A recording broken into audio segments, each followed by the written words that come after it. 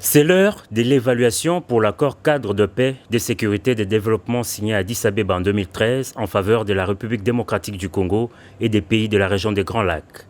Le 10e sommet des chefs d'État et de gouvernement sur le mécanisme régional de suivi de cet accord cadre qui s'ouvre ce jeudi a figuré au menu des échanges entre le président de la République et le secrétaire général adjoint des Nations Unies en charge des opérations de maintien de la paix. Venu représenter le secrétaire général de l'ONU, Antonio Guterres, empêché pour ce sommet de Kinshasa, Jean-Pierre Lacroix a, dans sa rencontre avec Félix-Antoine Tshisekedi Tshilombo, évoqué l'excellente coopération qui existe entre les autorités congolaises et les Nations Unies. Nous avons, avec son Excellence, Monsieur le Président de la République, parlé de l'excellente coopération qui existe entre les Nations Unies et les autorités congolaises.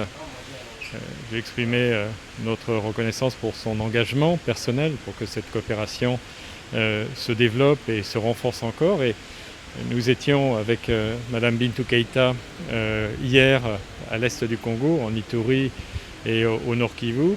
Et nous avons vu à la fois qu'il y a un travail très concret de protection des civils. Nous sommes allés dans un site de personnes déplacées où nos collègues militaires, humanitaires, les collègues des FARDC, j'avais l'honneur d'être accompagné par le ministre de la Défense, travailler ensemble. Et nous avons eu aussi un exemple concret. La Commission de l'Union africaine prendra également part au 10e sommet de Kinshasa. Son président Moussa Faki, reçu par le chef de l'État, souhaite que les assises de ce jeudi soient une occasion de faire une évaluation sans complaisance et de prendre des mesures concrètes pour mettre un terme au cycle de violence dans la région des Grands Lacs.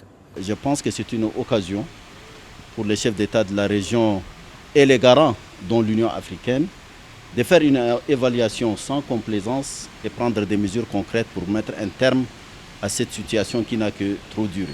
Donc on a abordé cette question. Et bien entendu, le président a cédé le fauteuil, et donc j'ai profité de l'occasion pour le remercier et le féliciter de l'excellent travail qu'il a accompli à la tête de l'Union africaine et du soutien que la Commission et moi-même avions reçu de lui pendant sa mandature. Il y a donc à espérer et les résultats du sommet de Kinshasa seront très attendus.